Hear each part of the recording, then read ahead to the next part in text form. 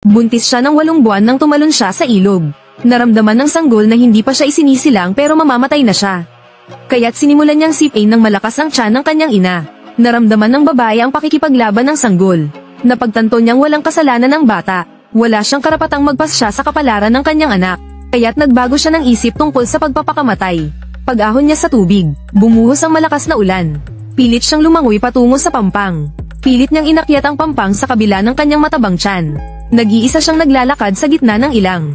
At ang mas masaklap, nagsimula siyang magdugo ng matindi. Maaaring manganak siya nang wala sa oras. Hindi alam kung gaano na siya katagal naglalakad. Ubos na ang kanyang lakas. Tanging pananampalataya na lang ang kanyang pinanghahawakan. Bago pa siya tuluyang matamba, may dumating na isang mamahaling sasakyan. Isang misteryosong lalaki ang sumagip kay Mina. Tinulungan niya si Mina na ligtas na manganak sa kanyang bahay. Pinaturo pa niya kay assistant ang tungkol sa negosyo kay Mina. Mayaman ang lalaki. Gusto niyang gawing tagapagmana si Mina ng kanyang kumpanya. At hindi siya nabigo kay Mina. Habang nag-aalaga ng bata, patuloy siyang nag-aaral. Isinasama siya ng mayamang lalaki sa mga malalaking okasyon. Ipinakikilala sa mga kilalang tao. Ngunit isang araw may nangyaring trahedya. Hinabol ang mayaman ng kanyang mga kaaway. Nabangga ang kotse sa poste ng ilaw. Nagasgas ng bubog ang mukha ni Mina at siya'y agad na nasira ang mukha. Matindi rin ang tinamong sugat ng mayaman at tuluyang umalis sa mundo ng negosyo.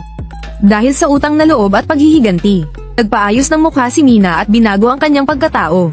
Pumasok siya sa kumpanya ng kanyang kaaway bilang CEO. Walang nakakaalam kung sino talaga siya. Sa talino at husay ni Mina nakuha niya ang tiwala ng kanyang kaaway. At dahil sa kanyang ganda na paibig niya ito, plano na nilang magpakasal pagkalipas ng 1 buwan. Ngunit biglang may lumitaw na lalaking gamulo sa plano ni Mina. Siya ang dating asawa ni Mina, si Xiaowu. Bagamat hindi niya agad ito nakilala ni Xiaowu si Mina sa pamamagitan ng kanyang baywang. At sa hugis ng kanyang paa, natiyak niyang si Mina ay ang matagal nang patay niyang asawa. At ang batang lalaki ay ang kanilang anak. Sa pangungulit ni Xiaowu, napilitan si Mina na sabihin ang totoo. Inamin niyang siya nga ang dating asawa ni Xiaowu. Sinabi niyang wala siyang ibang pagpipilian noon. Ngunit kalahati lang ng katotohanan ang sinabi ni Mina. Hindi niya binanggit na ang kanyang kaaway ay ang presidente ng kumpanya.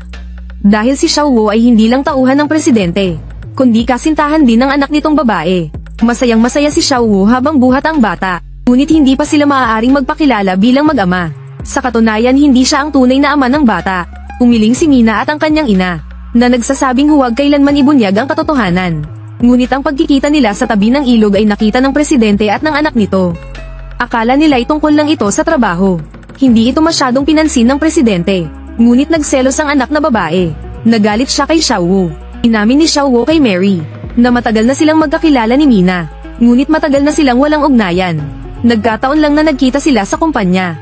Matapos magpaliwanag, niyakap niya si Mary at hinalikan. Pinatawad naman siya ni Mary. 2 linggo na lang bago ang kasal. Nagpaupo ng isla ang presidente para kay Mina upang magpa-prenuptial shoot. Kasama rin ni Xiaowu at Mary ang bata sa bakasyon. Bagamat legal at formal ang kasal ni Mina at ng presidente, may hindi maipaliwanag na sakit sa puso ni Xiaowu. Hindi niya maintindihan kung bakit tumalon sa ilog si Mina noon. Habang nagpipicture si Mina at ang presidente sa tabing dagat, naglalaro naman sina Xiaowu, Mary at ang bata sa di kalayuan.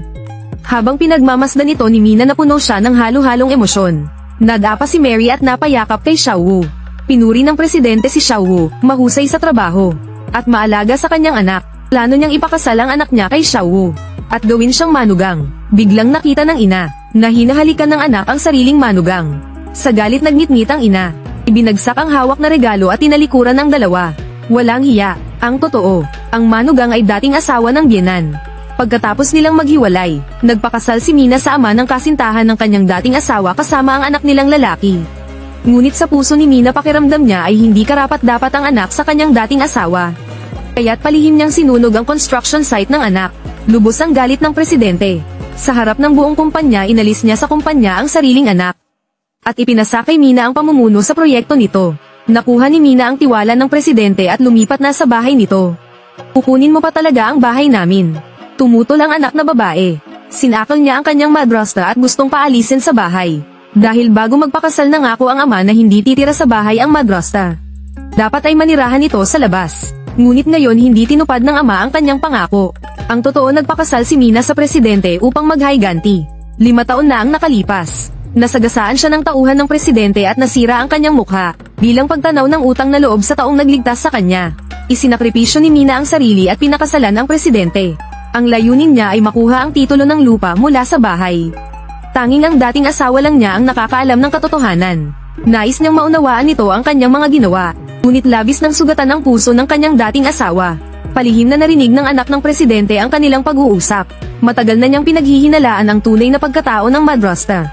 At naisip niyang ito nga ang dating asawa ng kanyang nobyo. Ngayon ginagamit ng madrasta ang pangalang Mina. Nang magsaliksik siya online, nalaman niyang bihasa sa pag-akyat ng bundok si Mina. Para kumpirmahin ang kanyang hinala, nagyaya ang anak na mag-family climbing. Halos mahulog sa bangin si Mina dahil sa hindi marunong na pagkilos.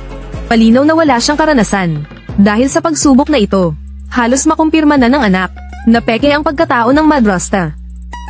Nang malaman ng presidente ang lahat, nawalan siya ng malay sa galit. Ang kanyang bagong asawa ay dating asawa ng kanyang manugang. Ngunit pinatawad pa rin niya si Mina. Dahil tunay ang kanyang pagmamahal dito. Ang nasa likod ng lahat ay si Paul, ang tagapagligtas noon ni Mina. Nang makuha ang titulo ng lupa, mas lumala pa ang kanyang hangarin. Inutusan niya si Mina na makipagtulungan sa mamamatay tao para patayin ang presidente. Ngunit sa pagkakataong ito tumutol na si Mina. Napagtanto niyang iniligtas lang siya ni Paul upang makaganti. Isa lang pala siyang kasangkapan. Dahil sa pagtanggi ni Mina, binugbog siya ng walang awa. May hawak din si Paul na video ng pagkakasira ng mukha ni Mina noon. Kapag tumanggi, ibubunyag niya ito sa publiko. Wala nang ibang mapagpilian si Mina. Sa huli napilitang pumayag siyang patayin ng presidente. Habang nasa biyahe, ibinigay ni Mina sa mamamatay tao ang eksaktong schedule. Naglagay ng time bomb sa loob ng sasakyan ang mamamatay tao. Namatay agad ang presidente. Isang video ng insidente ang ipinadala ng mamamatay tao kay Paul. Akala ni Paul tagumpay na siya. Sa wakas napatay na niya ang kanyang matagal ng kaaway. Handa na siyang tumakas kasama si Mina. Biglang lumitaw ang akala nilang patay na presidente. Ang totoo, nauna nang isinumbong ni Mina kay presidente ang plano ni Paul. Binayaran ng presidente ang mamamatay tao. At peke lang ang eksena ng pagsabog. Sa harap ng matibay na ebidensya, wala nang takas si Paul. Sa makatuwid ay nagulangan ni Mina si Paul, isa na namang patunay na gaano man katalino ang matching ay naiisahan din. At dyan na nagtatapos ang video mga idol.